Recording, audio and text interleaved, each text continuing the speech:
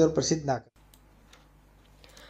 સમાચારમાં આગળ વાત કરીએ તો રાજ્ય સરકારના આદેશ સાથે વિકાસ મંત્રી અને તાપી જિલ્લાના પ્રભારી મંત્રી નરેશભાઈ પટેલ બુધવારે વ્યારાના સર્કિટ હાઉસ ખાતે વિકસિત ભારત રોજગાર અને આજીવિકા મિશન ગ્રામીણ વિકસિત ભારતજી રામજી અધિનિયમ 2025ની જોગવાઈઓ અંગે માહિતી આપવા માટે એક પત્રકાર પરિષદ યોજી હતી।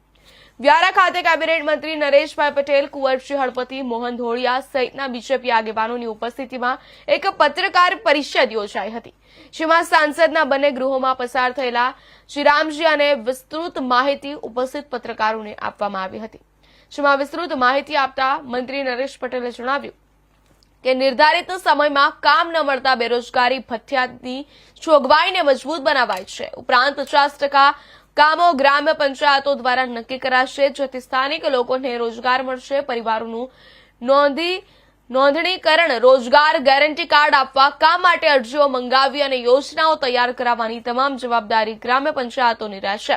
તેમણે વિરોધીઓ દ્વારા ખોટો પ્રચાર આ યોજના માટે કરાઈ રહ્યો છે તેમાં ન આવવા માટે પણ લાભાર્થીઓને અપીલ કરી હતી। आदरणीय प्रधानमंत्री श्री नरेन्द्रभाई मोदी साहेबना नेतृत्वમાં વિકસિત ભારત રોજગાર અને આજીવિકા એટલે કે ગ્રામીણ વીબીજી રામજી યોજના બંને ગૃહોમાં પસાર થઈ છે। આ યોજના આવનારા દિવસોમાં દરેક ગ્રામીણ વિસ્તારના ખેડૂતો, મજૂરો, ગ્રામીણમાં રહેતા દરેક જનતાને એના અનેક ઘણા ફાયદા થવાના છે।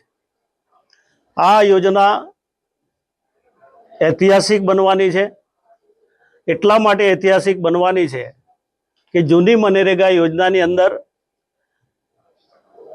100 દિવસ મજદૂરોને કામ મળતું હતું। આ યોજનાની અંદર 125 દિવસ કામ મળવાનું છે। આ અધિનિયમ બન્યા પછી જે રીતે આ અધિનિયમમાં જે જોગવાઈઓ થઈ છે એ દરેક ગામમાં સારી એસેટ બને। કોઈ પણ કામ ગામની સભા સાથે એનું પ્લાનિંગ થાય, ગામને ખબર પડે અને એ પ્લાનિંગને મજદૂરોને જોડીને એક ગુણવત્તા સાથે કેવી રીતે કામ થઈ શકે એ પ્રકારની આખી પૂરી જોગવાઈ કરવામાં આવી છે।